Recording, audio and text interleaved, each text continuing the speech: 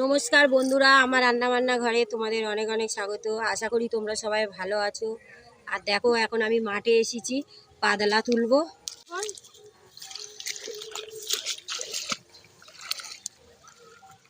এই দেখো সাদা সাদা পাতলা, দেখো জলে হয়ে আছে।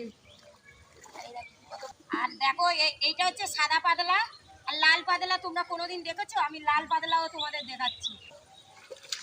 দেখো বন্ধুরা, তোমাদের বলেছিল না আর একটা লাল পাতলা আছে, এই দেখো কত সুন্দর লাল। দেখো তোমরা তো সাদা দেখেছো, এরকম লাল কোনোদিন দেখেছো? এই দেখো লাল, দেখো কত সুন্দর।